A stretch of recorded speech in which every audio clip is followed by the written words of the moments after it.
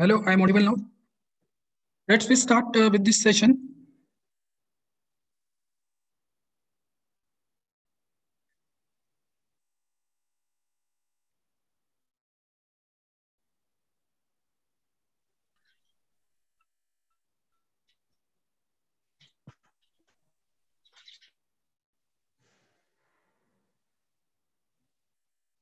Hello, I am audible. Yes, sir.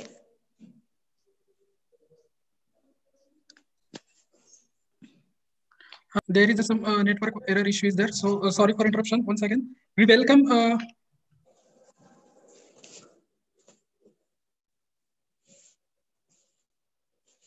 all the dignitaries on the dais this particular expert lecture series, properties of fluid and fluid statics. Good afternoon to all. I hope you are all healthy and safe in your home. Hi, myself, Professor Bor Sunil from the behalf of the Samarth Group of Institution College of Engineering.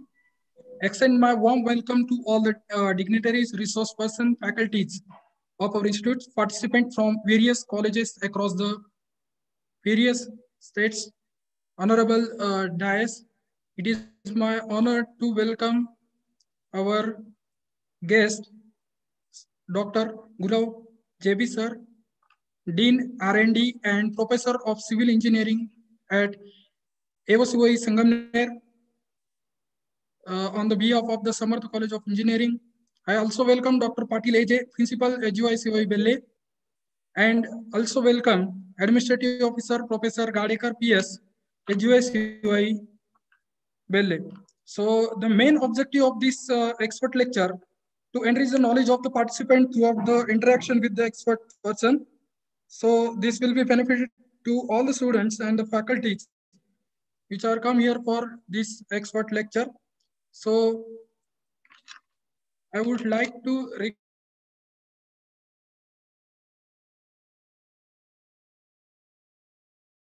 request our student and our faculties. So thank you once again. The renowned person for this guest lecture, that is Dr. Gurav JB, Dean R&D and Professor of Civil Engineering Department at SGOICOE Sangamner. He is having completed diploma in civil engineering, then B civil engineering, and also having ME civil engineering in water resource engineering, and also doing PhD in civil engineering. The total experience of Dr. Gurav sir, that is industrial 2 years experience, and having teaching 16 years experience. So sir have registered 10 patents which are having register on the various sites for there. So few of them, that is combo compass for surveying, which is having patent 2014. Second, that is bearing converting instruments for the surveying 2014. So 10 patents are registered, copyrights formats are there. And he is having publication 10 international papers in Springer scientific research journals all over the international journals for there. And the sir is having the area of specialization, that is water resource engineering. And sir is having published one book and two is under review books. So such a renowned person, I heartily welcome Dr. Gurav JB sir on the behalf of the Samarth Group of Institution College of Engineering. So over to you, sir. So thank you once again. Yeah, thank you, sir, for introduction.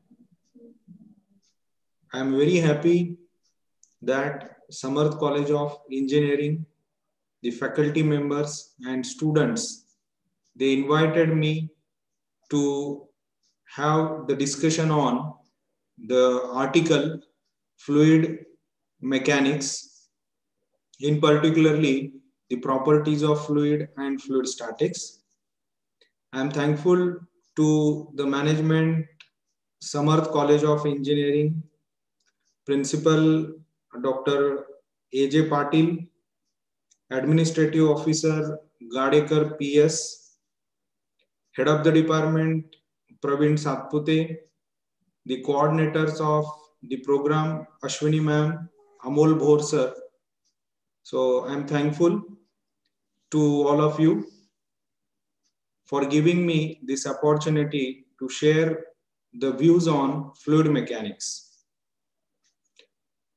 Friends, I'll be sharing the screen with you, and to have the proper bandwidth, so I'll put my video off so that there will be a continuity.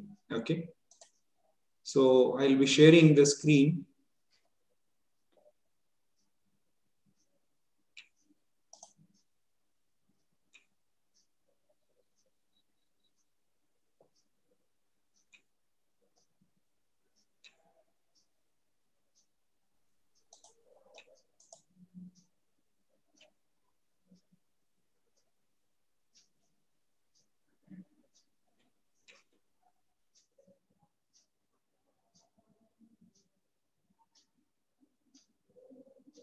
So I'm unable to share my screen. Amol sir. Hello. Hello. No. Yeah. Thank you. Okay.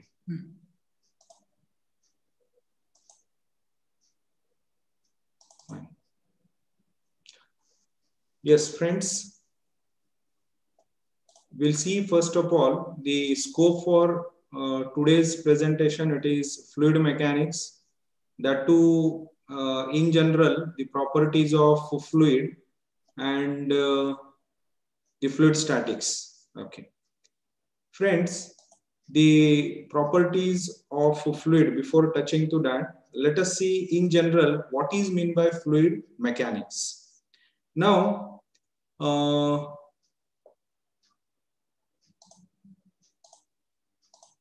Okay, so fluid mechanics may be defined as the branch of engineering science which deals with the behavior of the fluid under the conditions of rest and motion.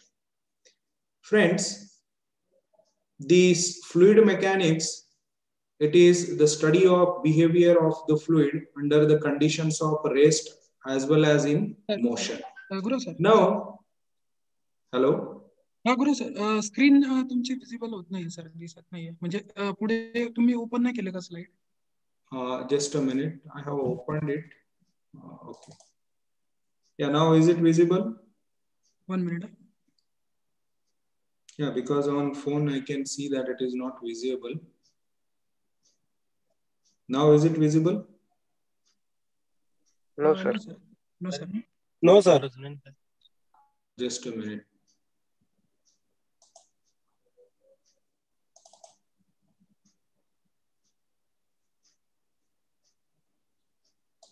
Now is that? No, sir. No, sir. What problem? Let me check.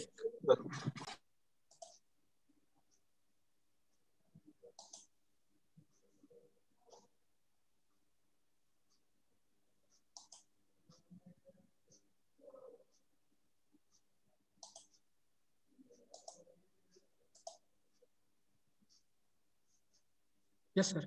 Yeah, now it is visible. Now visible. Thank you. Visible. Friends, let us see first of all what is meant by fluid. Friends, the fluid, it is the part and parcel of our life, or rather, we are the product of the thing which is available in the nature. Fine. So fluid we can give on giving the many examples in our day-to-day life. The water, petrol, diesel, kerosene, grease, butter, printing ink, then water flowing through the river, the streams. All these are what the example of, friends, fluid. Now, for civil engineer, the fluids, wherever we came across the word fluid, that the water stored in the reservoir on the upstream side of the dam, the water flowing through the canal irrigation network, then water stored in the percolation tank. So there are the n number of examples we can give for the fluids related with civil engineering. Now, the definition of fluid mechanics, it states that the branch of engineering science which deals with behavior of the fluid under the conditions of rest as well as in motion. Means whenever the fluid it is at a rest condition, what kind of a behavior it is, what are the various forces acting on it, and whenever it is set in a motion. So to make you understand, I'll draw the line diagram of the gravity dam, let us say. Okay. And the water it is stored on the upstream side of the dam, let us say. So this is what upstream side, fine.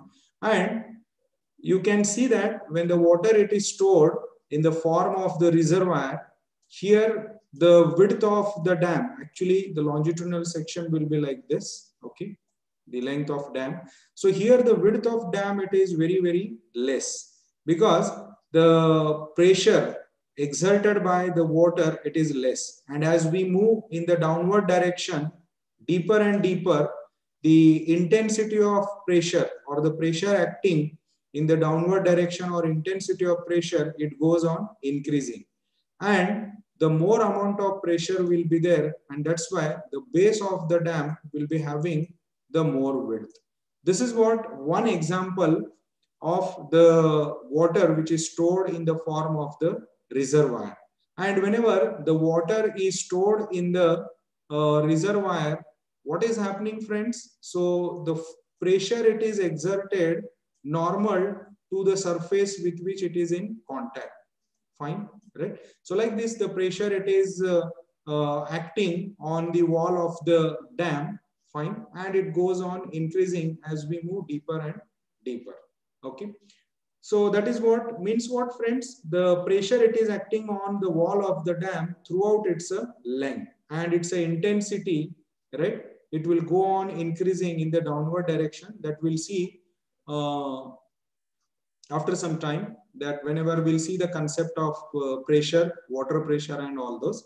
This is one example that when the fluid is at a rest condition, then I'll take the another example. Suppose this is what the river which is flowing with water. So you can see, friends, here the water it is flowing in the through the basin of the river. So whenever the fluid it is flowing or water it is flowing, right? So through the river course, right? So that is what the behavior of the water or the fluid, you can say, whenever it is in motion. So whenever it is in motion, the fluid, it is having forces acting on it, right? So different forces, they are acting on the water, that they are what? The pressure force, gravity force, viscous force, surface tension force, so inertia force. So all these are, then pressure due to the elasticity. So all these are the different forces they are acting when the fluid is set in a motion, right? So this kind of a study, it is done in case of the fluid mechanics, right? Means that is what behavior of the fluid under the conditions of a rest as well as in a motion.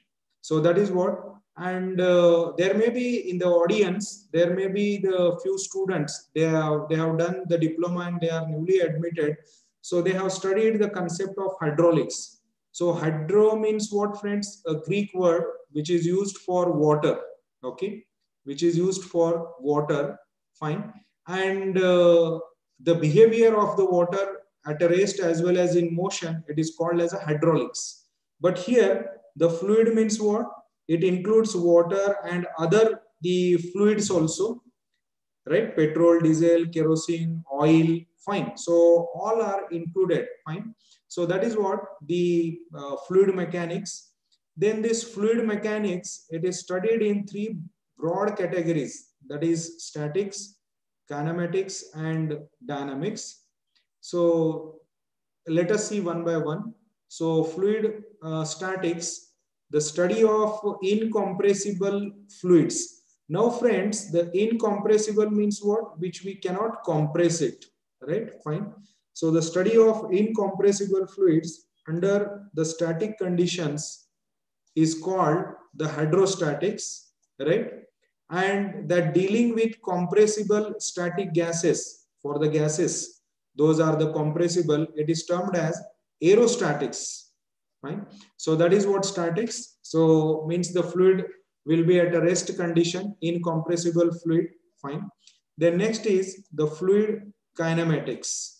So it deals with the velocities, the acceleration, and the patterns of the flow only. Means we are dealing with what? Whenever the fluid it is in motion, just I have given over here the example that water it is flowing through the river, right? So there, as the water it is in motion, so it is having the velocity as well as the acceleration, friends. Okay, and the patterns of flow means what? The flows generally classified into the different types, that is laminar, turbulent, transition, right? So when the fluid when the fluid layers they are moving parallel to each other, it is called as the laminar flow. And the transition means somewhat like this, on the verge of mixing with each other, but they are not get mixed. Okay. And the turbulent means what? The fluid particles or fluid layers, they are mixing with each other.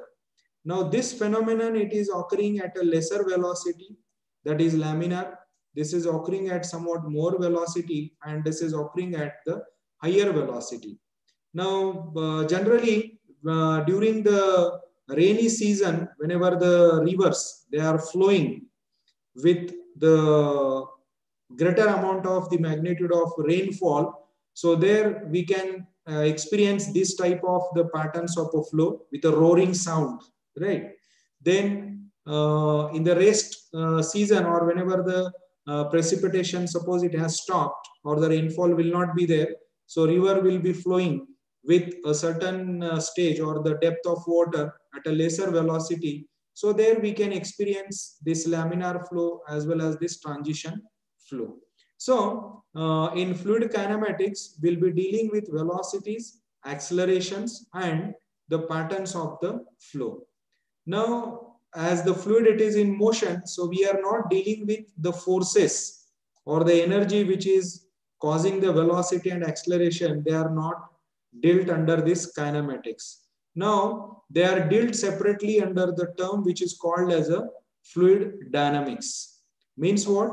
It deals with the relation between velocity, it is there, acceleration of the fluid with the forces or energy causing them. So whenever, suppose I am taking, once again I will draw the sketch over here, the water which is flowing through the river, for example, or a small stream you can say. So as the fluid it is in motion, so it is having velocities as well as the acceleration. Velocity means what? Linear velocity, angular velocity, right? So like that. Then acceleration, local acceleration, convective acceleration, temporal. So all these are the types of acceleration. So relations between velocity, acceleration of a fluid, and the forces which are trying to set the fluid in a motion. Suppose water is flowing through the river, so gravitational force it is predominant, which is denoted by, let us say, Fg. Okay, so Fg, it is what your force due to gravity. So like that, one more force it is there, that is what the inertia force, friends, right? Then force due to the surface tension, then viscosity, then compressibility, then elasticity. So all these are the different forces acting whenever the fluid it is in motion. So if you take the example of the flow of water through the irrigation canal, there the gravity as well as the pressure force along with the inertia force will be the predominant whenever the flow through the canal it is taking as an example. So that is what fluid dynamics, friends. So we have discussed what is meant by fluid mechanics, how it is studied, that is statics, kinematics, dynamics, along with the suitable examples. Now, properties of the fluid, the general aspect we'll see. So, under these properties of the fluid, the matter can be classified on the basis of spacing between the molecules of the matter as follows. That is, the matter or the substance will be having solid state or the fluid state. Now, suppose if I take the example of, right? Suppose what one can say, chalk piece, I have taken the example. It is made up of the, let us say, lime, you can say. So these are what the molecules, and they are of in which state? Solid state. Why? Because the spacing between these molecules is very, very less. Means they are very close to each other. So which is having the greater amount of the cohesive force, right? So it attains the solid state. Fine. Now the fluid state, it is broadly divided into the two types, that is liquid state, and one more it is there, gaseous state. Okay. Now here the spacing between the molecules is relatively large. Relatively means what? In relation with the solid state. Fine. So in relation with solid state, it is relatively large, friends. Okay. Now in gases, the spacing between the molecules is still large. So now I'll put you in front of you the sketch. In one container, the liquid it is there. In another container, the gas it is there. Fine. Both are the fluids, right? And here you can see the, instead of vertical position, it is placed in horizontal position.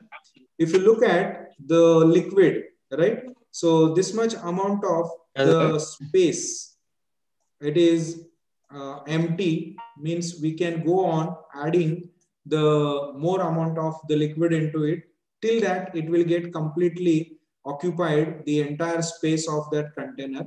But here, in case of the gaseous state of the fluid, you can look at, friends, the molecules, they have been fully occupied by the entire space of this particular container, right? Now this is in vertical position, friends, and this is in horizontal position. So though we have changed the position, but the space occupied, right, more or less is the same, right? And why this is happening, friends? Because in gaseous state, the molecular spacing is large, right? And due to that, they will try to occupy the entire space, and the molecular spacing, it is less in case of liquid state. So they will try to remain as a one assemblage. Fine.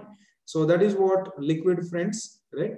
So these are what the fluid, and it's a fluid state. That means in the form of the solid as well as the fluid state, any substance we can represent. As far as the scope of the fluid mechanics is concerned, we are very much concerned about this liquid and the gaseous state. Okay, right, like that. Now the properties of fluid. Let us see first of all what is meant by fluid. So the students, the target audience students in today's session, that is the second year engineering students of civil engineering branch. So this fluid may be defined as the substance which is capable of flowing, the first thing. Then second is, it has no definite shape of its own, but conforms to the shape of the containing vessel. Further, even small amount of the shear force exerted on a fluid will cause it to undergo the deformation, which continues as long as the force continues to be applied. What is the meaning of these three statements? The first thing, it is that the fluid may be defined as the substance which is capable of flowing, means it should be capable of flowing. Second, it has no definite shape of its own, but conforms to the shape of the containing vessel. I'll take the example of the previous one. You can look at here, this liquid or the gas, they do not have the definite shape of its own, but they have conformed to the shape of this container. Okay, to the shape of this container. Then A small amount of shear force exerted on a fluid will cause it to undergo a deformation which continues as long as the force continues to be applied. You can see, friends, here, these are what, let us say, the two fluid layers. Fine. This one and this is the another one. Okay. So these are what the two fluid layers. Okay. Fine. And the tangential force, it is occurring like this. Okay. So, right. And now what is happening? The fluids, because of the application of this force, right, it will undergo the deformation, right? And the what one can say that will continues as long as the force continues to be applied. Okay, means what? The deformation, the change in its a dimension, change in the shape, you can say, change in volume, change in area, it will try to change in size, it will try to take place as long as the shear force is applied. And once the shear force has been removed, it will there will not be any deformation as such. So whenever we'll be defining the fluid, it should be capable of flowing, then do not have definite shape of its own, but containing to the shape of the vessel. Then a small amount of shear is exerted on a fluid will cause it to undergo the deformation, which continues as long as the force continues to be applied.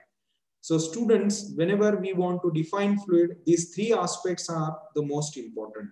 And the examples of the fluid, water, petrol, diesel, kerosene, oil, that we have seen just before.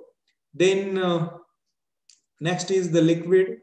A liquid is a fluid which possesses the definite volume, which varies only slightly with temperature and pressure. Means its a volume will either increase or decrease by increasing or decreasing the temperature and or pressure, right? So that is what. Then gas is a fluid which is compressible, means we can compress it. It possesses no definite volume, but it always expands until its volume is equal to that of the container. This also we have seen in this example, just we have discussed, right? So here in this case, we have seen that the gas will try to accumulate the entire space of this container, right? So that is what fluid, liquid and gas. Fine. Now the vapor is a gas whose temperature and pressure are such that it is very near to the liquid state. Means suppose if I in the figure you can see that the pot is there inside which the fluid it is there, and we have applied the heat. So these liquid molecules, they will get converted into vapor molecules, and suppose a container it is there at the bottom of the container, right? So they will try to accumulate. Fine. And what one can say, these vapor molecules, they are escaping from the free liquid surface. That is nothing but called as a vapor. Later on, it will exert the pressure on the fluid surface, right? So that is what the called as the vapor. Then steam, it may be considered as the vapor because its state is normally not far from that of water. Friends, whenever we put our what one can say hand or other any object in the vapor molecules, around that object we can observe that the moisture, or we can observe that the moisture it is getting accumulated. That means water, right? So that is what steam. So these are what the different states of the fluid, liquid, then solid, then gaseous, then different forms, vapor, steam, that we have seen. Then classification of the fluids. The fluids, they are classified as real fluids and ideal fluids. You can see that here ideal fluids possess no viscosity, no surface tension. They are incompressible, means we cannot compress it.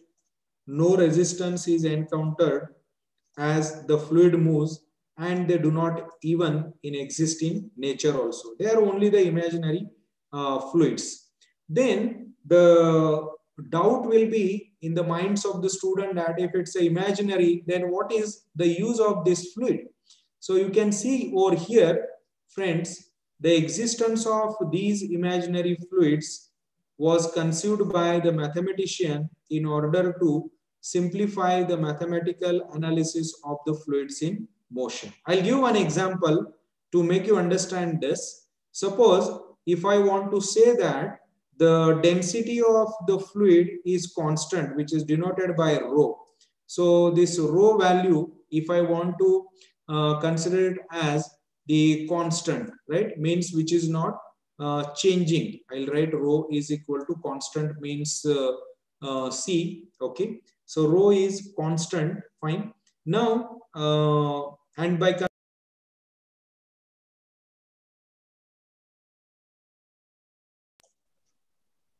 okay.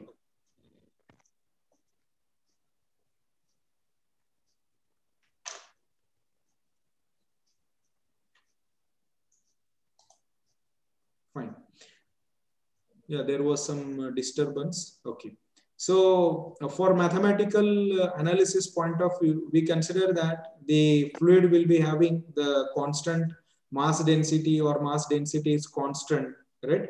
So from that point of view, we can consider a particular fluid, and we can able to what one can say, use it. Now, there are these ideal fluids. They do not exist in nature. They are only the imaginary fluids for mathematical analysis or simplicity point of view. I'll give another example to make you understand this one. We are making certain assumptions while deriving any expression, while working out any mathematical equation. Those assumptions, they are nothing but the, what one can say, mathematical, the analysis, right? There we are assuming a few things which are not in reality, but we are assuming that the thing is like this only. I'll give one example that in pure bending theory, we consider that plane section remains plane before and after bending. Before bending it is okay, but after bending the plane section will not remain plane. Okay, but we are considering, right? So like that, for such a mathematical analysis point of view, we are considering this ideal fluids, right? Then real fluids. Real fluid possess viscosity, surface tension, compressibility, and certain amount of resistance is always offered when by these fluids when they are set in motion, and they are actually available in nature. What could be the example of these real fluids? We can consider whatever the different types of fluids which are available in nature, all are real fluids. Means water, then you can say petrol, diesel, kerosene, oil, castor oil, engine oil, then printing ink, butter, right, milk, blood, all these are what the real fluids, friends. Okay, so that is there. So we have seen the ideal fluid and real fluid. Okay.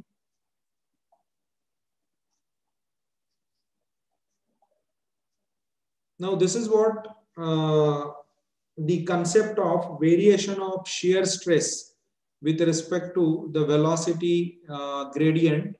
You can see ideal fluid where the viscosity is zero. Here mu it is zero. Mu means dynamic viscosity, which is also called as a coefficient of viscosity, or simply viscosity. So this is what the ideal fluid, friends, right, which is having zero viscosity, right? And as viscosity is zero, right, so its a shear stress will also be zero. Okay, so now you can see that the shear stress which has been plotted on y-axis. So this is what elastic solid, where we can see that the shear stress value is very high. Okay, and these fluids, just we have seen real fluid and ideal fluid. Apart from that, they are defined as the Newtonian and non-Newtonian fluid also.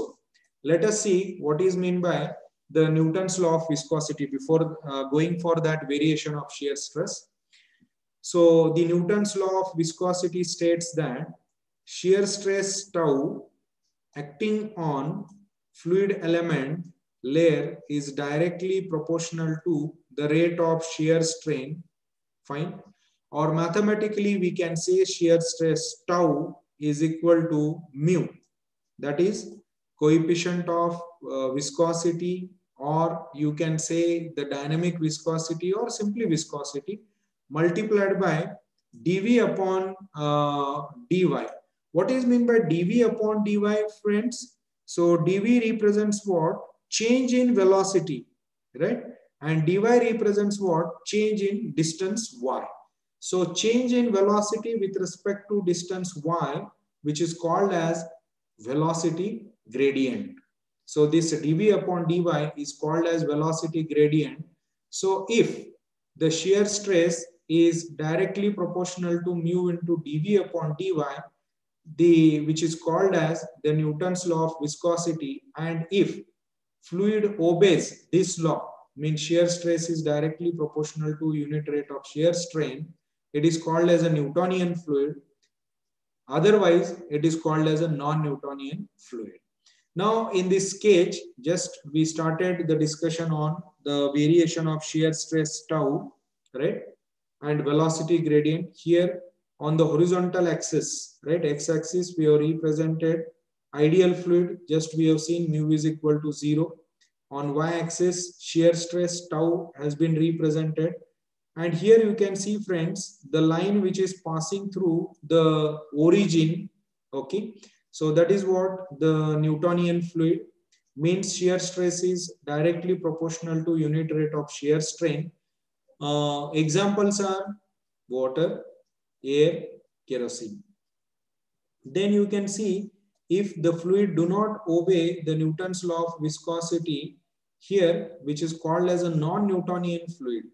What are the examples of non-Newtonian fluid? Solutions or suspension, that is slurry, mud flow, and even blood. So these are what the examples of non-Newtonian fluid in which shear stress is not directly proportional to unit rate of the shear strain.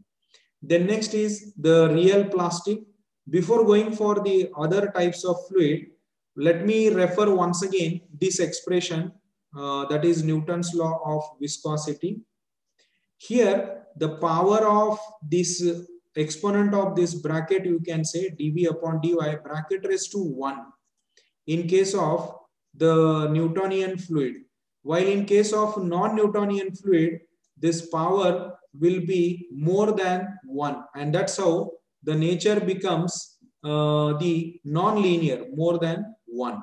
Okay, so that's how the nature becomes the non-linear. And we can see over here, this is what the non-Newtonian fluid, where the exponent of that bracket dv upon dy is more than 1, and the Newtonian fluid, the exponent of that bracket, it is equal to 1. So that is what the Newtonian fluid. Fine. Then next is real plastic. You can see which has been represented by the dotted, the curve, right? So examples are toothpaste, grease, ketchup. These are what the examples of real plastic. Ideal plastic, one more term it is there, right? So ideal plastic, you can see that the yield stress means what? The constant will be there, available, right? Fine. So, and which is having already possessing that much amount of the yield stress or the certain amount of the shear stress, right? Which is known as a yield stress in particular.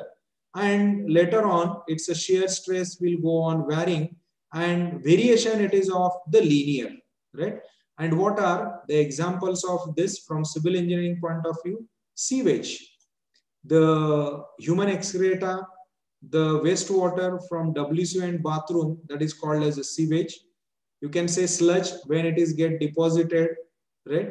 Then drilling mud when we are taking the dug well or the bore well. So the water table which is in contact with the soil. So at the time of drilling, it will come out of it in the form of drilling mud. So that is what the ideal plastic. One more example, it is there, thixotropic substance, that is printer's ink. You can look at here, this thixotropic substance is also having certain amount of the yield stress, but the variation it is of the non-linear one. Okay. Now, these are what, and elastic solid you can say here, the yield stress, fine. So a constant. Okay. So here, sorry. Yeah. Yes. So you can see here, friends, ideal fluid tau is 0 because mu it is 0. Newtonian fluid here, the power it is 1, right? Means it obeys the Newton's law of viscosity. Ideal plastic, tau is equal to constant. This constant is nothing but, friends, yield stress, right? For ideal plastic and thixotropic fluid, and mu into dV upon dy, right? So in case of, you can see here, in case of ideal plastic, we can say the power will be 1. And in case of thixotropic, right, this N will be more than 1. Fine. So that is what the things to be noted, right? And you can see in non-Newtonian, this N value will be more than 1. So this is how the Newtonian and the non-Newtonian fluid. So as a civil engineer, we came across most of the time, as far as the scope of the subject at second year civil engineering is concerned, that is of Newtonian fluid, means in which shear stress is directly proportional to unit rate of shear strain, and the power of this velocity gradient, it is 1. Okay, so that is how. Then these are what some SI units, certain rules and regulations while converting the things, right? The SI units. Okay.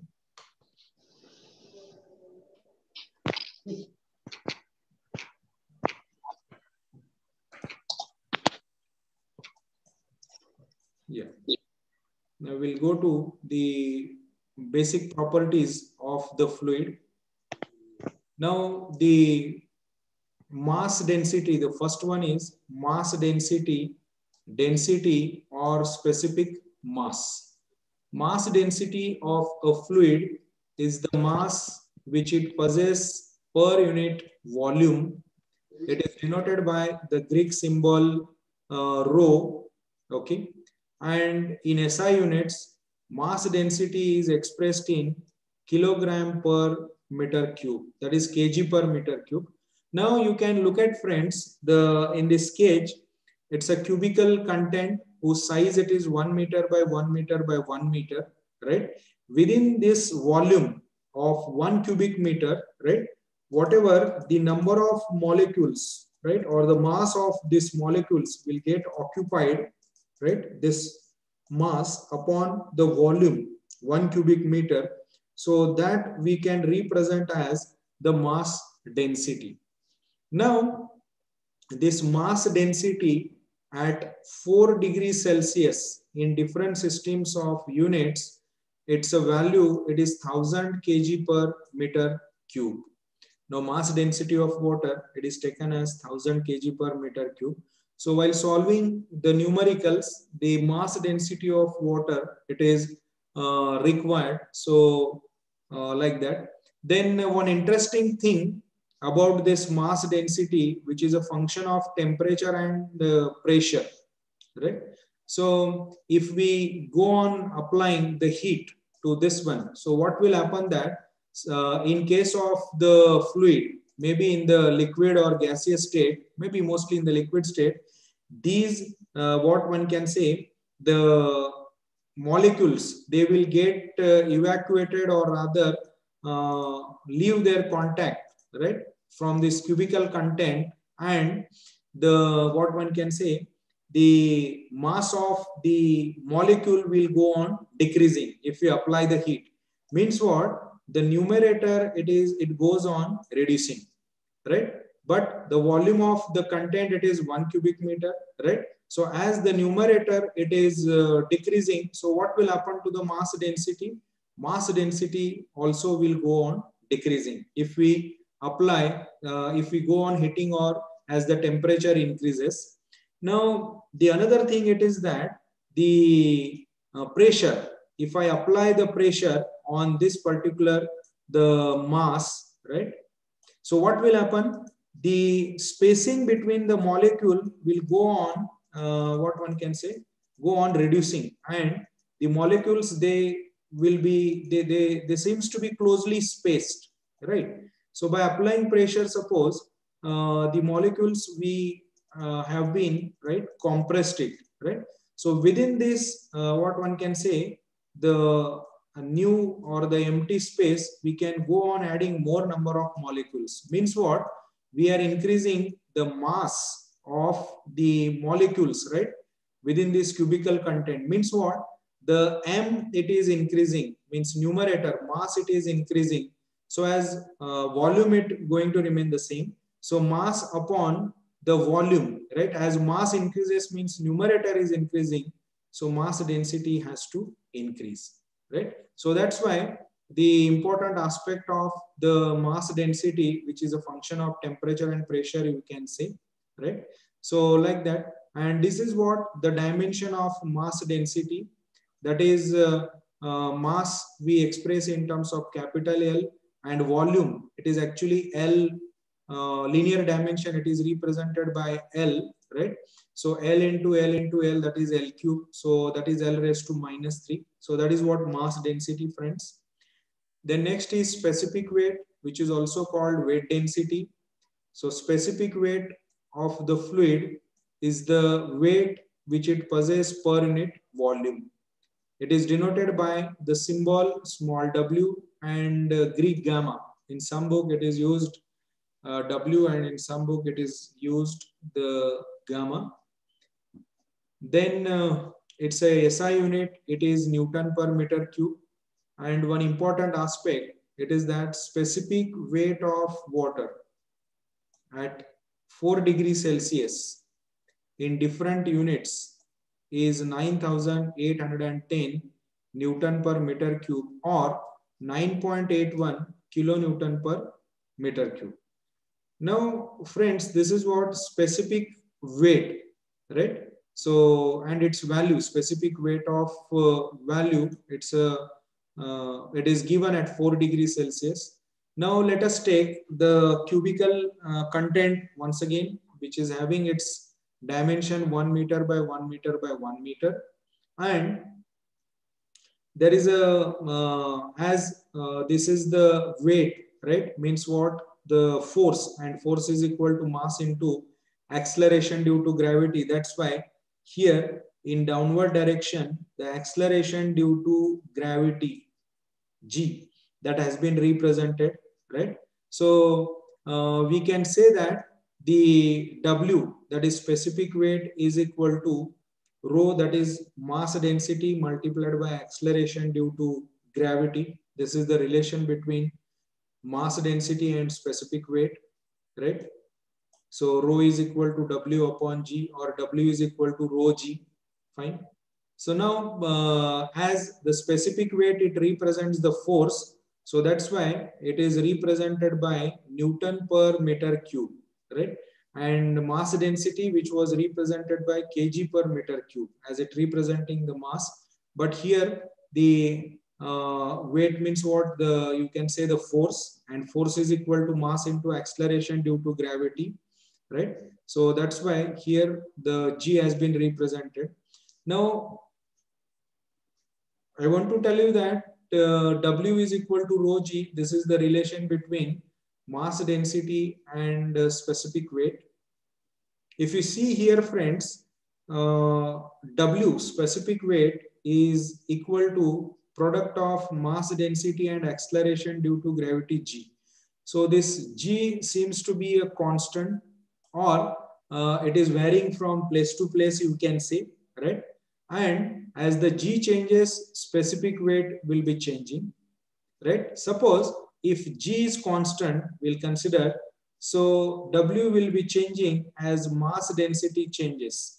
And just we have seen that mass density is the function of what? Temperature and pressure. As temperature and or pressure changes, the mass density has to change, right? If we increase the pressure, mass density will increase. If we increase the temperature, mass density will decrease. So certainly it will have its effect on specific weight, right? So that is how the specific weight, it depends upon the mass density, right? So that important relation the student should know between the mass density and specific weight. While solving the numericals in comparative exams, also we require often to use this kind of a relation. The next is specific volume. Specific volume of a fluid is the volume of the fluid per unit weight. It is a reciprocal of specific weight. Here you can see that small v is equal to 1 upon w, that is reciprocal of specific weight. It is denoted by small v, and SI unit, it is meter cube per Newton. And you can see here, as the specific weight will change, specific volume has to change. Specific weight, it is proportional to rho into g. As rho or g it is changing, w will be changing. So that is what the specific volume of a fluid is, the volume of a fluid per unit weight. And it's a SI unit, it is meter cube per Newton. Okay. Then next is surface tension, cohesion, and adhesion. Cohesion means the intermolecular attraction between the molecules of the same liquid. So that is what the cohesion. That means it is a tendency of the liquid to remain as a one assemblage of a particles. It enables the liquid to resist the tensile stress. Fine. So it is nothing but the intermolecular attraction between the molecules of same liquid. The concept of cohesion and adhesion you have learned in 11th, 12th, right? Cohesion and adhesion. Then adhesion means the attraction between the molecules of the liquid and molecules of the solid boundary surface in contact with the liquid. It enables it to stick to another body. So we have seen on the television also different examples of the adhesives, that is Fevicol, Fevikwik. I'm not advocating, but these are what the examples of the adhesives, right? Which are having the property of the adhesion. So it enables to stick to another body. Okay. So that is what. And the next is surface tension, which is due to the cohesion between the liquid particles at the surface, where the capillarity is due to both cohesion and adhesion. Let us see first of all the surface tension. So you can see, friends, here the property of the liquid surface film to exert a tension is called the surface tension. It is denoted by Greek letter sigma. Its a SI unit is Newton per meter. In another word, it is also called as the force required to maintain the unit length of film in equilibrium. Force required to maintain unit length of a film in equilibrium, right? So force we express in terms of Newton, and length we express in terms of meter. So its a SI unit is Newton per meter. To make you understand, we'll take the example of the two molecules. One water molecule which is at some depth from the free liquid surface, right? Fine. And another molecule B which is at free liquid surface. The molecule B, it is in contact with air as well as, let us say, the fluid, or we'll take the example as a water, right? Air and water. And the molecule A, it is in contact with the, what one can say, the water molecules. Fine.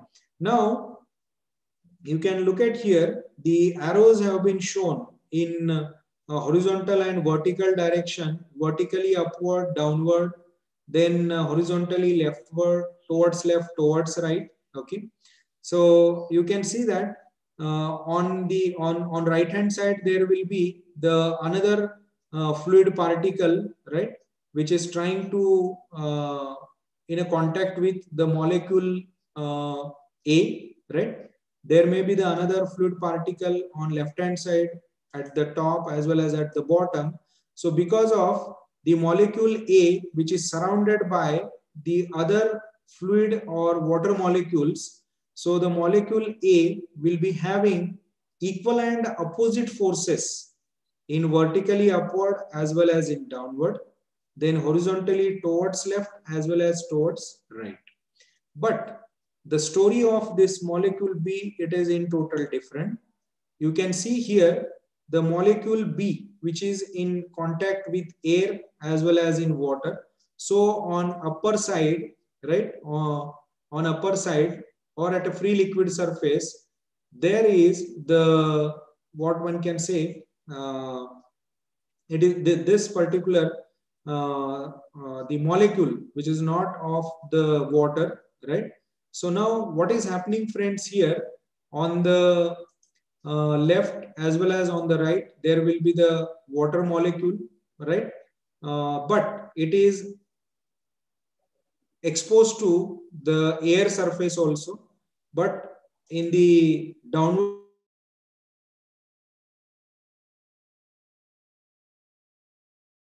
this fine.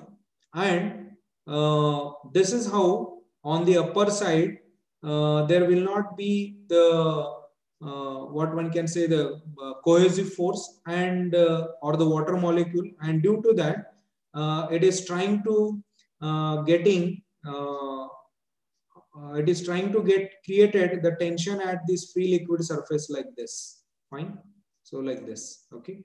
So tension, it is created because of this unbalanced force, right? And that is how it is represented at the free liquid surface. And the examples are, if we put the needle at the free liquid surface, it floats, or even the razor blade in the glass which is full with water at a free liquid surface, if we put it, so it will be floating or it will remain in equilibrium. That is because of the surface tension. So that is what, friends, surface tension, right, which we have discussed with the help of this figure, that is intermolecular forces near the liquid. Now let us move ahead. Capillarity. Capillarity is the phenomenon by which the liquid, depending upon its specific gravity, rises into a thin glass tube above or below its general level. This phenomenon is due to the combined effect of cohesion and adhesion of the liquid particles. So the figure has been shown. You can see here the glass tube is inserted, right, into the a tank which contains the water, right, and the water, it is getting inserted, right, or it will rise into the thin glass tube, fine, above the general water level or the general liquid level, and this rise in the liquid level is known as the capillary rise. Now capillary rise, it is occurring because of the cohesion and adhesion both. Now let us see where the cohesion it is occurring and adhesion it is occurring. Cohesion means the intermolecular attraction between the molecules of same liquid, means in the glass tube you can see here water it is there, and these are what the water molecules, you can say that, right? So they are having the cohesive forces, right? And due to this, these fluid particles or the water molecules, they will try to remain as a one assemblage. But this is nothing but your cohesion, friends, right? Intermolecular attraction between the molecules of same liquid means water over here. and here the glass tube it is there, right? So this is what the solid boundary, okay? And you can see that this is what the liquid, right? Liquid molecule, fine. And this is what the solid boundary, right? So adhesion means what? The attraction between the molecules of the liquid and the solid boundary surface with which it is in contact. So the wall of this glass tube is solid boundary and the water molecules, right? So they are trying to stick to this solid boundary, right? This is nothing but your adhesion. So that's how, friends, the capillarity takes place because of this cohesion as well as the adhesion. Now, because of this cohesion, the liquid will try to remain as a one assemblage, and because of the adhesion, the water particles, they will try to stick to this particular glass tube, and that's how the rise in the liquid level will be occurring above the general level.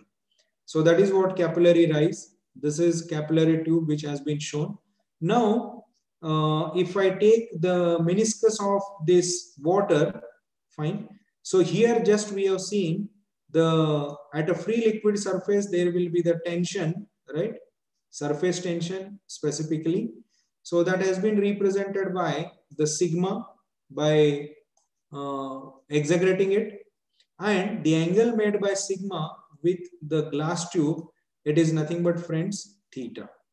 Okay, so this is what the angle made by the sigma with respect to the wall of the glass tube, right? With respect to vertical, you can say, fine. And theta for water and the glass combination, it is less than the pi by 2, right? Means less than, you can say, 90 degree. Okay. Now in this case, as the adhesion is more than cohesion, meniscus is concave. So this meniscus, friends, this is called as a concave, right? That is for water and glass combination. Instead of water, suppose we are having the mercury, Hg. The mercury, suppose we are taken into consideration. Okay. So mercury, let us say Hg, we are taken into consideration. Now what will happen? There will be the capillary depression or the fall in the liquid level like this, right? And in this case, this theta will be more than 90 degree, right? And when cos of theta or cos 90 degree, if it is more than, theta is more than cos 90, its value will be negative, right? So that's why the sigma will be like this, right? For the glass and the mercury combination, right? So here it is written for mercury, theta it is around 140 degree. For water and glass, theta it is taken as a 0 degree. Now, if I equate these two terms, upward surface tension force, that is lifting force, means these two, this sigma as well as this sigma, the tensile force, then weight of the water column in the tube. So this is what, friends, the water column, fine. So this is what the weight of the water column, fine. So it is given by the pi d, right, multiplied by sigma cos theta will be the surface tension force. Why pi d? Because the surface tension, it is occurring around the entire circumference of the glass tube, right? So that's why the pi d is to be taken into consideration like this. Pi d multiplied by sigma cos theta means it's a vertical component like this. Sorry, like this. Okay. So it's a vertical component. It is taken into consideration. So this is sigma cos theta. Now you can see, friends, here. Okay. So here you can see pi d multiplied by sigma cos theta. So that means the lifting force, which is equal to weight of water column in the tube, right? Weight of water column in the tube. This weight I want to work out. So how can I get? I must know the volume of the liquid which is there in the glass tube. How to get the volume? Area multiplied by the height h. Now which area? Cross-sectional area. Means what? This area, the cross-sectional area, wherever I'm drawing the hatching lines. So this is what the cross-sectional area. And we know for a circular section, cross-sectional area, it is pi by 4 into d square. So here it is taken pi by 4 into d square. So this will be your the cross-sectional area of the tube. And this is what the H multiplied by specific weight W, that is Newton per meter cube. Now, by rearranging the terms, we'll be getting this expression. H is equal to 4 sigma cos theta upon W into D. Now, this is what the expression for capillary rise, friends. Okay. Now, interesting thing, it is to be noted over here. For water and glass, theta is equal to 0. Means what? This angle, friends, angle made by sigma with respect to the wall of the glass tube, it is 0. Means what? As good as it is vertical component. And when cos 0, it will be equal to what? 1. So straight away, we can write like this: H is equal to 4 sigma upon W into D for what? Water and glass. But to remember, this expression is to be remembered. H is equal to 4 sigma cos theta upon W into D.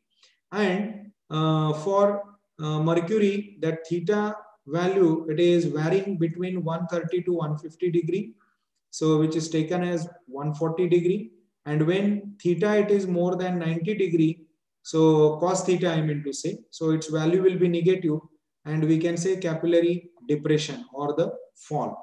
Right. So here I have shown this is what the depression. Meniscus will be the convex. Right. So that is what capillarity. Then compressibility and elastic compressibility of a fluid. Friends, compressibility means what? You can see which has been shown in this expression. Compressibility means what? The ability of the fluid get it compressed by the application of some external force. That is what the compressibility, right? If I take the water in a plastic bag, right, or a carry bag which is a transparent, or even a that water bottle, 1 liter water bottle, which is available as a mineral or distillery water, whatever it is. And if we try to apply the pressure from externally, what is happening to the fluid inside? So the fluid inside that bottle will also get compressed, right? And that is nothing but the compressibility. So the compressibility of the fluid is quantitatively expressed as inverse of bulk modulus of elasticity K of the fluid, which is given by stress upon strain. And it is nothing but mathematically minus dP upon dV upon V. dP represents change in pressure, and this strain, right? Change in dimension upon original dimension, or change in area or volume upon original volume, which is given by dV upon V. So which is change in volume upon original volume. So that is what compressibility. And this negative sign has been incorporated here. That is, see, when we apply the pressure on any liquid, its volume, it get reduces, right? Its volume will get decreased. Now to represent this decrease in the volume, this minus sign has been introduced, right? In case of the compressibility. And its SI unit is Newton per square meter. Now one interesting thing related with water and air, it is written over there.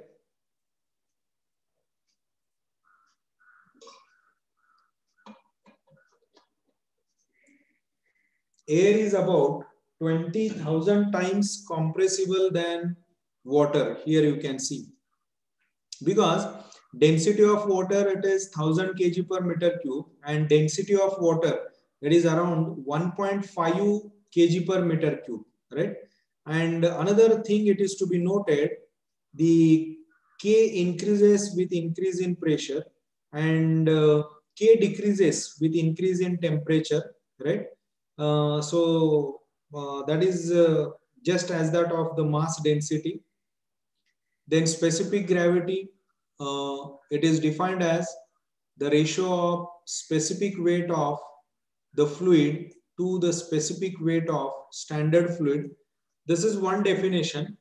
Else otherwise in some book it is given as specific gravity is the ratio of mass density to mass density of standard fluid. Now for all sorts of liquid comparison, standard fluid is taken as a water at a 4 degrees Celsius temperature.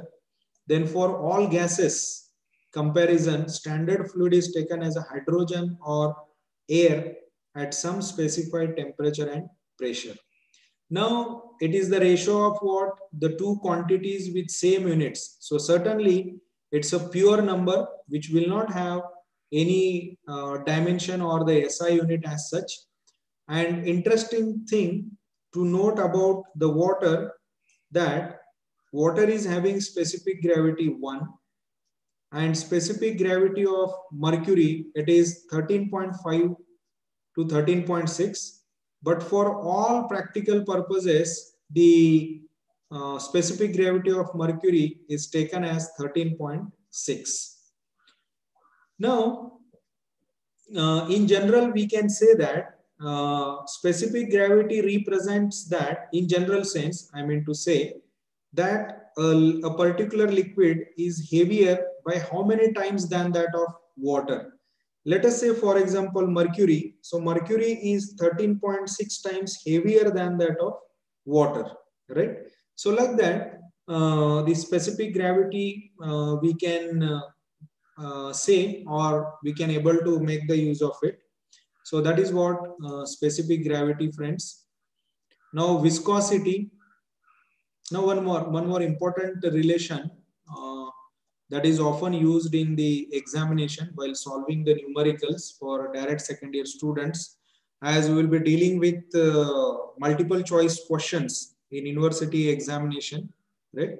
So W, it is given by specific weight, specific gravity of a liquid multiplied by specific weight of water. Means what? If I know specific gravity of any liquid, so we can find out specific weight of the water. Means how? Suppose specific gravity of let us say a liquid whose specific gravity is 2, right? So whose specific gravity is, let us say, 2. So in that case, the simply it is multiplied by 9810 Newton per meter cube, and we can able to find out specific weight of the liquid whose specific gravity is 2, right? So this relation will be using while solving the fluid flow through the pipe, through the canal, through the conduits, right? Through the sluices, fine. Then next is viscosity. So viscosity is that property of the fluid by virtue of which it offers the resistance to the movement of one layer of fluid over the another or adjacent layer. Okay. Yes. Now this viscosity, it is primarily because of the movement of the one layer of the fluid over the adjacent layer, but it is primarily because of the cohesion and molecular momentum exchange. Means between the fluid layers as the flow occurs, and these effects appears as shearing stresses between the moving fluid layers. Means what? Suppose I am drawing the sketch of this is one fluid layer, okay, and this is another fluid layer, right? So these two fluid layers, they are, okay, so this is another fluid layer like this, okay. So these fluid layers, they are having the number of molecules, right? And what is happening when suppose some external force, maybe the shear force, it is occurring, right, acting on this fluid layer, right? So what it is mentioned, viscosity is primarily because of the cohesion. Cohesion means the definition just we have seen, intermolecular attraction between the molecules of the same liquid, that is cohesion, right? and the molecular momentum exchange. Now, cohesion we know, but what is meant by molecular momentum exchange? Now, this fluid layer, when the force it is acting on this fluid layer, the mass or the molecules of this fluid layer will be set in motion, right? And the mass of individual fluid or fluid molecule multiplied by velocity, it is nothing but momentum, right? And the another fluid layer, which is the, what one can say, below this one, below the upper one, the lower fluid layer. So velocity of this fluid layer, upper fluid layer, will be more, means they are having more momentum, while the velocity of the lower fluid layer, right, it is less, means they are having the lesser momentum. But when they are set in motion, so they are transferring the momentum, their momentum, with each other. Means what? The momentum of the lower fluid layer particle will get transferred to the upper fluid layer particle, and upper fluid layer particle will get transferred to the lower fluid layer particle. And that's how the, because of the cohesion and molecular momentum exchange, so this we are see in the form of the shearing stresses. Okay, so the same phenomenon has been represented in the form of the figure in this sketch, or on the screen you can say. Yes, here you can see the stationary plate, it is there. This is moving plate, okay, and that's how the fluid motion between the two parallel plates just we have seen, that has been discussed. And here you can see that tau is equal to shear force upon area, and this shear force, it is given by mu into v into y. This v into y will be replaced as dv upon dy, okay. So shear stress is equal to mu into dv upon dy, right? So that is how the which equation, friends, it is Newton's equation of viscosity, that we have already seen, right?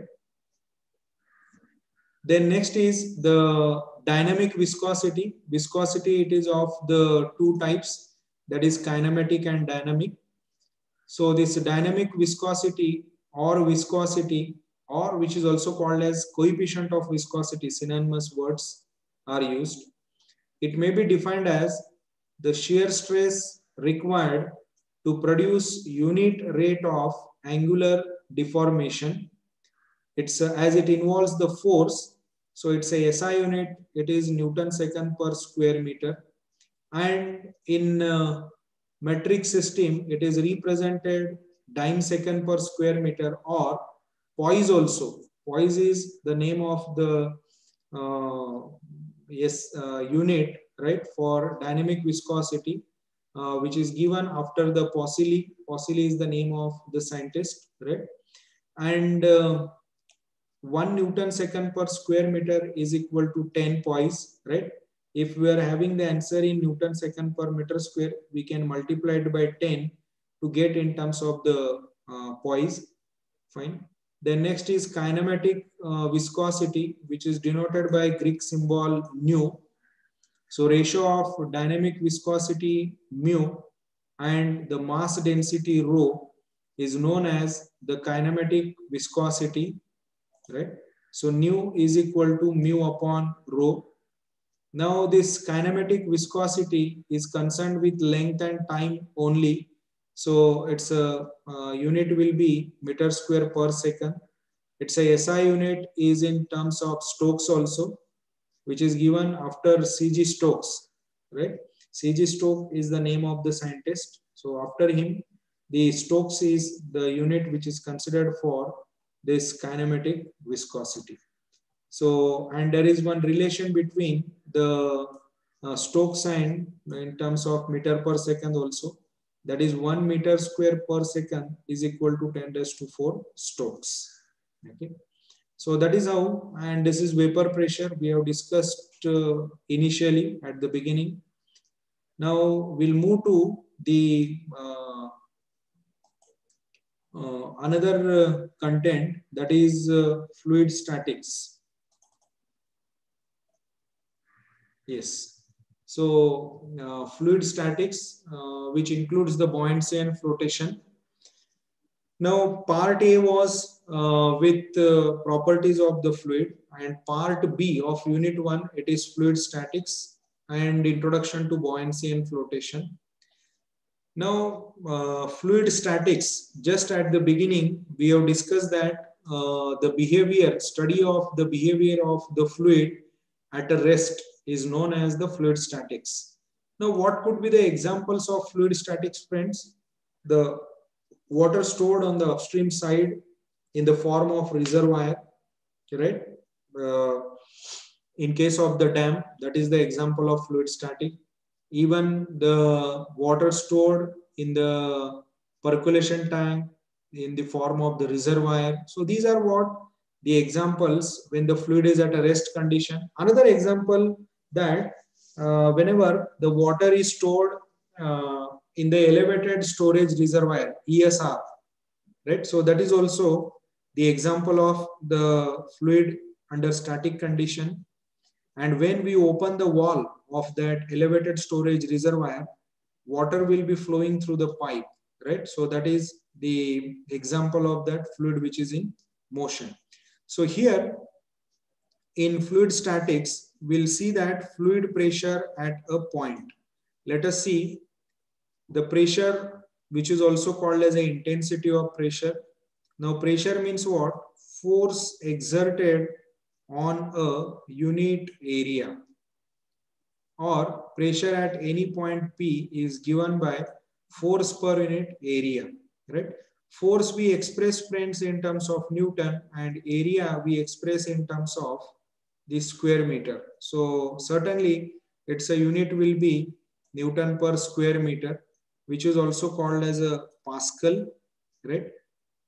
Pascal is the name of the scientist, right? So who has established one law which is called as a Pascal's law. The pressure remains same in all three mutually perpendicular directions when it is at a rest condition. So SI unit of pressure, it is Newton per meter square or Pascal. Sometimes it is denoted as a capital P small a Pascal, or it is written in kg per centimeter square. Now you can see in the sketch there is one tank, fine, and the tank is containing the fluid, fine. So, and it is at a rest condition. You can see these black colored arrows which are normal to the surface with which they are in contact, right? Normal, fine. So they are nothing but the force exerted by the water on the surface with which it is in contact, and direction of the force is normal to the surface, right? Normal to the surface. So here also, fine. So the force exerted by the liquid is normal to the surface, right? So this is what one can say, the pressure, right? So normal force exerted by the fluid per unit area of the surface is called as a fluid pressure. So which is equal to the Newton's third law of the motion. Every action is having equal and opposite reaction. So like that. So that is what the pressure. Now variation of pressure in a fluid. So on your screen you can see that the small element here, it is there at a point O, or rather here in the extreme left corner, in a small tank which is containing the fluid, and a small fluid particle is under consideration, right? And which has been exaggerated here. Okay. Now you can see that the pressure P, it is acting, right? And the weight of the fluid particle, right, which is denoted as specific weight into the volume of the fluid particle, that is delta X multiplied by delta Y multiplied by delta Z. Okay. So that is what the weight of the fluid element in vertically downward direction, and this particular the fluid element, right? So which is having the these sides, right? So you can see that P we are considering towards left, but pressure which is acting on this face, which is given by P minus delta P upon delta X, right, into delta X by 2, exactly at midway, right? This P, it is acting delta X by 2, so that's why it is there. And delta Y into delta Z. You can see, friends, X direction we are taking into consideration, this X. For the area, remaining two directions will be there, that is Y and Z. So you can see this is what the direction Z, that is delta Z, okay? And this is what your delta Y, right? So delta Y into delta Z means this area is taken under consideration, right? So this is what the pressure force acting on the left hand side, and here it is the pressure force acting on the right hand side. So like that, the pressure force acting in all the directions, they are taken into consideration, okay? And if we resolve these forces, right, by considering the sign convention, right? So if we resolve this one in x direction, so what we'll get, let us see. So here we'll be getting delta p upon delta x is equal to 0. What is the meaning of this? Means what? Change in pressure with respect to or in x direction is equal to 0. Means what? Constant. So there will not be the pressure varying in x direction. Similarly, if we resolve it in y direction, what we are getting, that delta p upon delta y is equal to 0. Means what? Pressure, there will not be any change in the pressure in y direction, right? Fine. Now, if we resolve in z direction, so what we are getting after simplifying,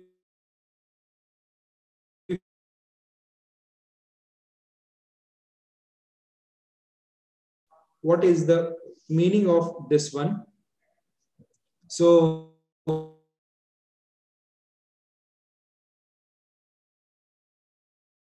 which is directly proportional to W, means what? Specific weight of the fluid under consideration. W we have seen just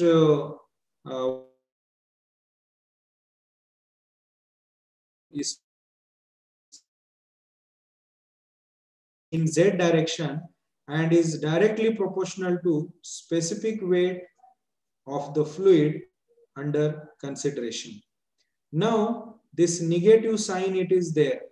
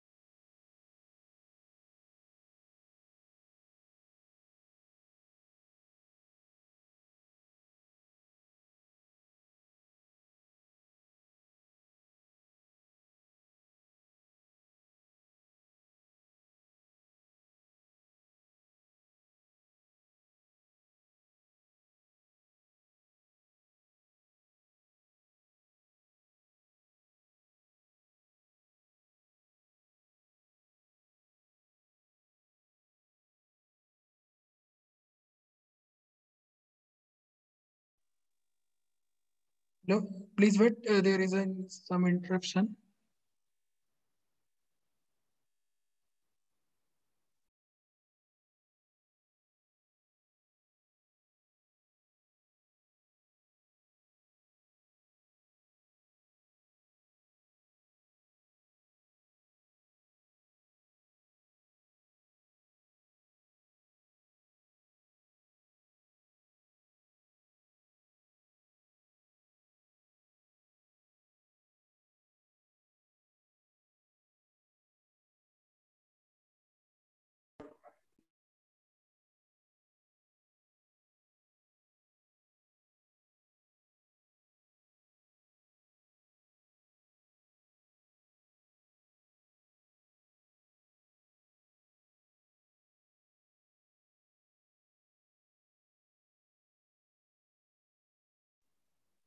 Sorry for interruption.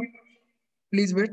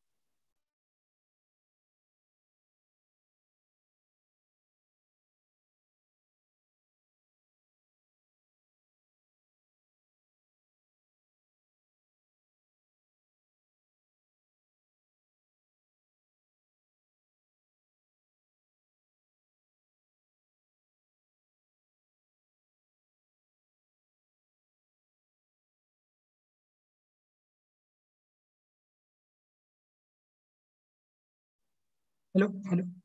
No, sir.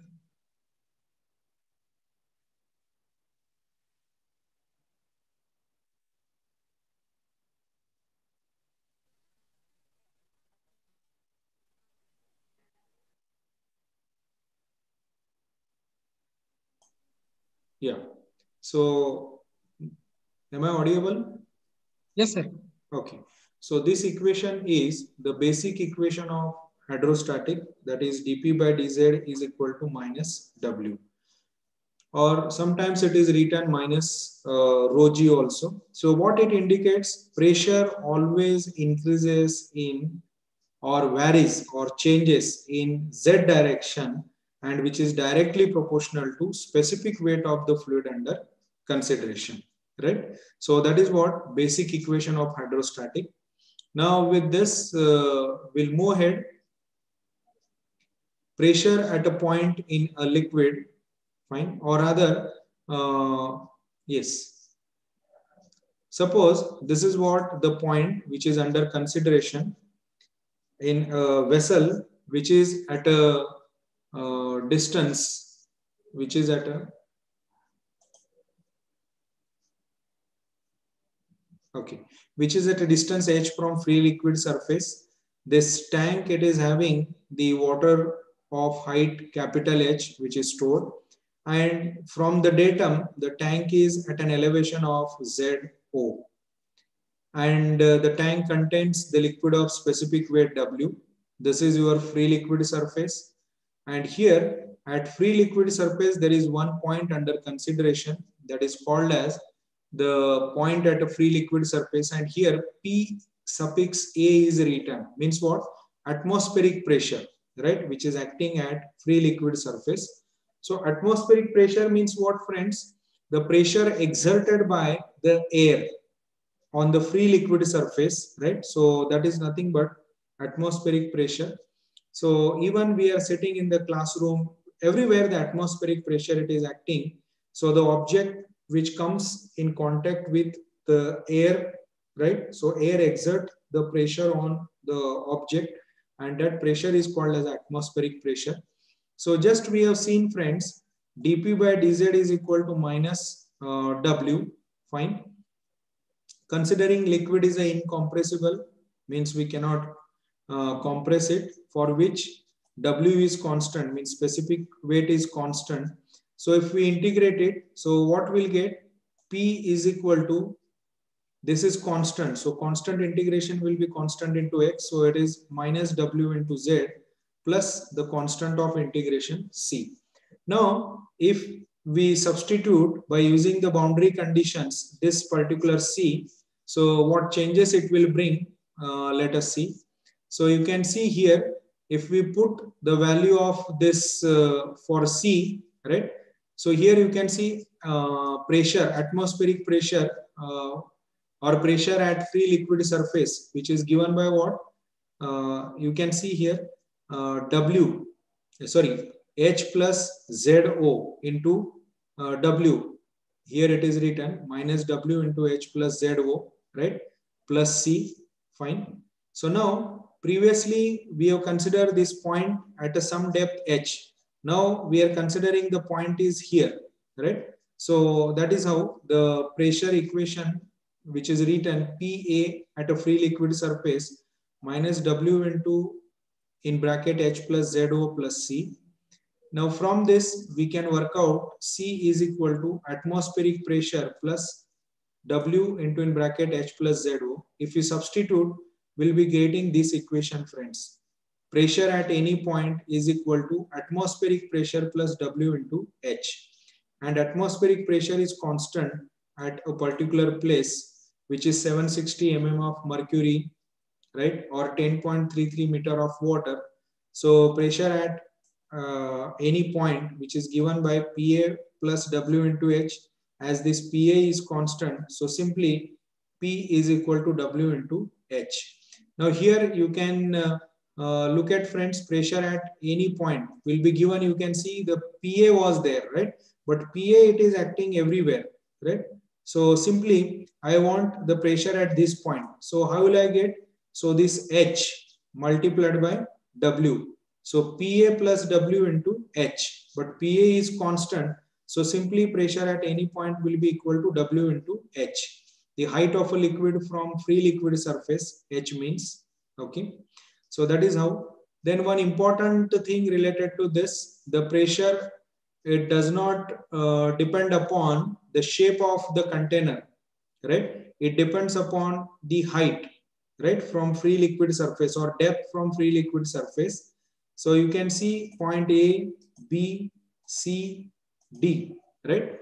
So they are at the bottom of the different containing vessels of a different shapes vessel, and the pressure at A, B, C, and D will be the same, because it is proportional to what? W into H, and H it is same, so pressure has to same. So it is not varying, or it does not depend upon the shape of the container. Then next is pressure head. So while performing the practical in laboratory, you will be measuring pressure head, dealing with verification of Bernoulli's theorem. Then while measuring the discharge, performing the practicals, right? So pressure head means what? Vertical height of the free surface above any point in a liquid at rest is known as the pressure head. And P is given by W into H, we know. So W, if I take it on left hand side, so what it will be? H is equal to P upon W. So that is what? Pressure head. The next is, friends, atmospheric pressure, absolute pressure, gauge, and vacuum pressure. Atmospheric pressure means the atmospheric air which exerts a normal pressure upon all surface with which it is in contact, right? So that is called as atmospheric pressure. It's a unit, it is Newton per square meter. And atmospheric pressure, it is measured with barometer, the instrument which is used for measurement of atmospheric pressure. Atmospheric pressure is also called as a barometric pressure. So atmospheric pressure, it is measured as, or its value, it is 10.33 meter of water or 760 mm of mercury at sea level. Then there are the two common datums which are normally used, right? Absolute zero pressure and what one can say, the local atmospheric pressure, right? So absolute zero pressure, let us see one by one. When the pressure is measured above absolute zero or complete vacuum, you might have learned the concept of Torsila's perfect vacuum. Means what? If you remove the air entirely, means complete air, if we remove from a particular object or inside the object, right? So that is called as the complete vacuum, which is also called as absolute zero. And it is that pressure, when it is measured above absolute zero or complete vacuum, it is called an absolute pressure. Then all the values of absolute pressures are positive. Why positive? Because it is measured above the zero pressure, you can say, or zero gauge pressure. Then when the pressure is measured either above or below the atmospheric pressure is, as a datum, it is called as gauge pressure. This is because practically all pressure gauges reads 0 when they are open to the atmosphere, and they read only the difference between the pressure of the fluid to which they are connected and atmospheric pressure. I'll give the example. You might have went to what one can say check the air pressure to the person who is having that machine, that is tire wala pillow. So there he is holding one unit in his hand. So that unit, it is called as a pressure gauge, and the pressure gauge, it is having one tube also and a dial gauge also, right? So initially the pointer reads 0, and the moment the pipe, it is connected to the wall pin of the vehicle tire or the wheel, so it starts showing the reading, and that is nothing but the, what one can say, the gauge pressure. Okay, so that is how the gauge pressure. Fine. Now which is measured with respect to the atmospheric pressure.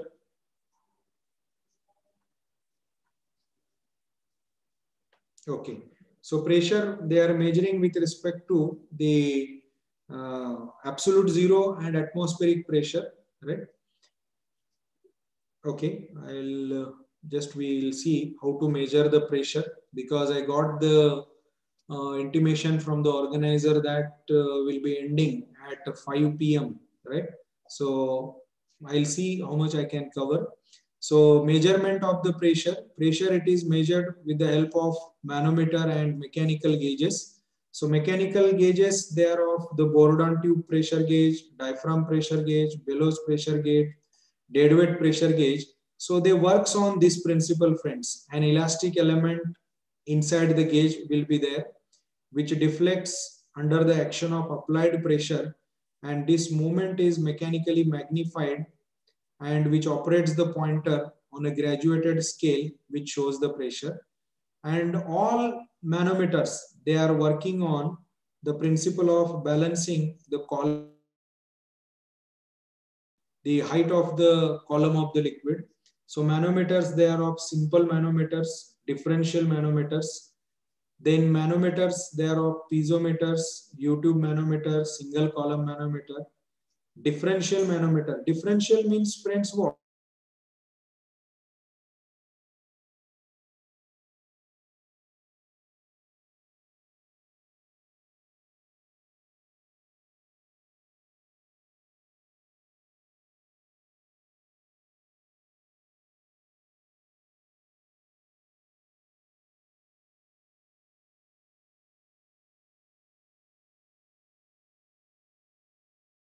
Needs to be measured, right? So this is what pressure hit.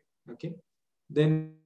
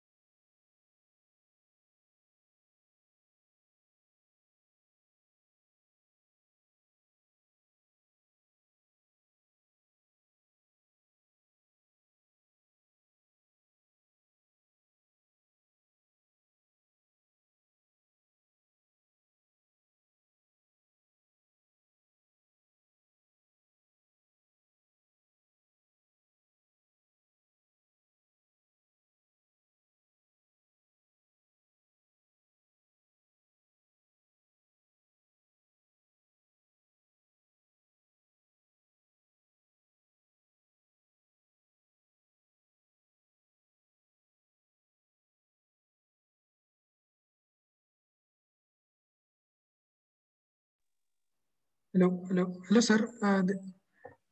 Hello, sir. Your sound is not audible to us. All the participants, Feedback link will share within 10 minutes. So please wait.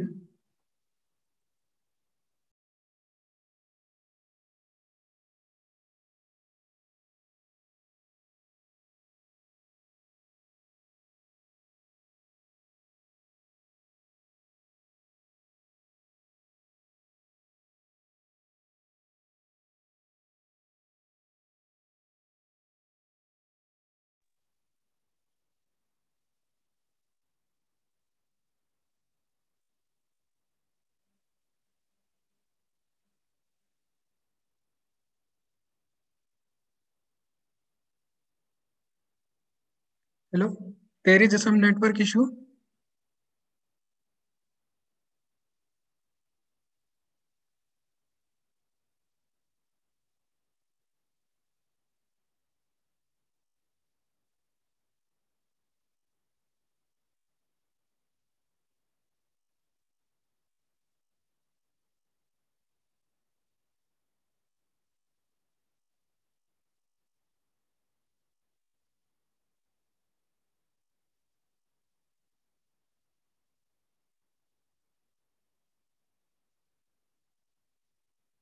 Sir, I am audible?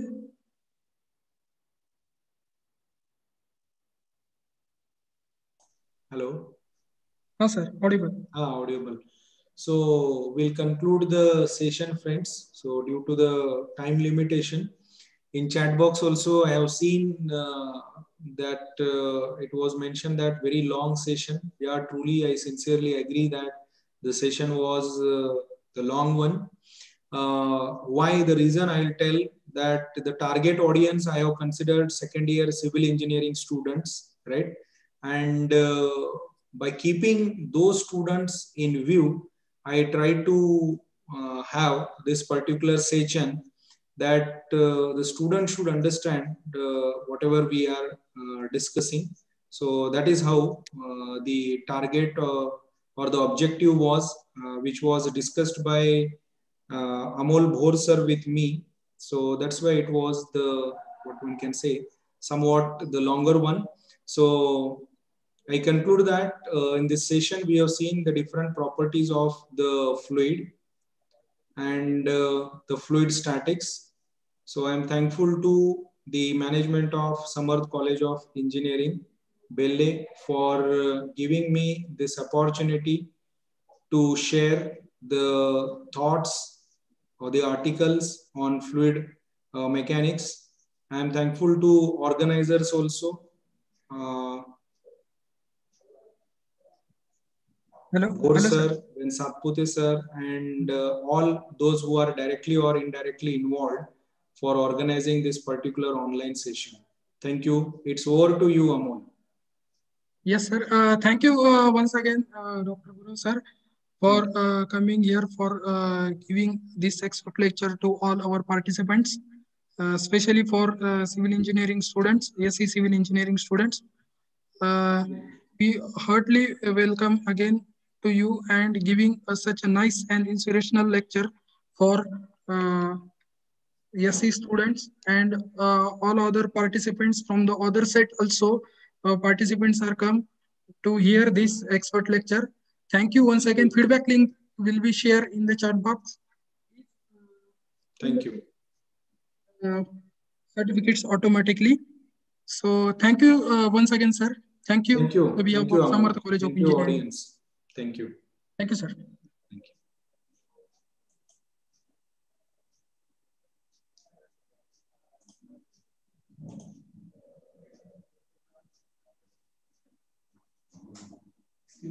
you.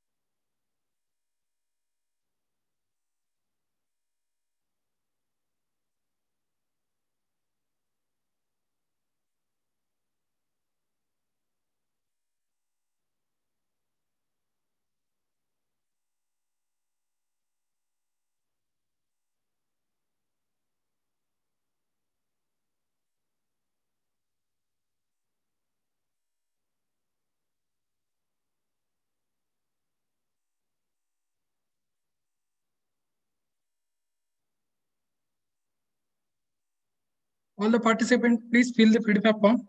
Feedback link will be shared in this chat box. Balsing Suresh says that thanks sir for organizing such informative expert lecture. Thank you, Balsing.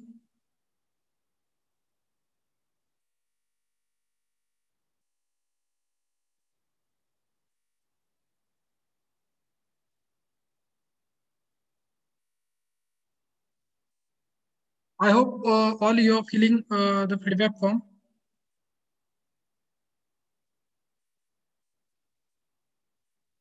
Please fill the feedback form. You get automatically the certificates of this webinar, of this expert lecture.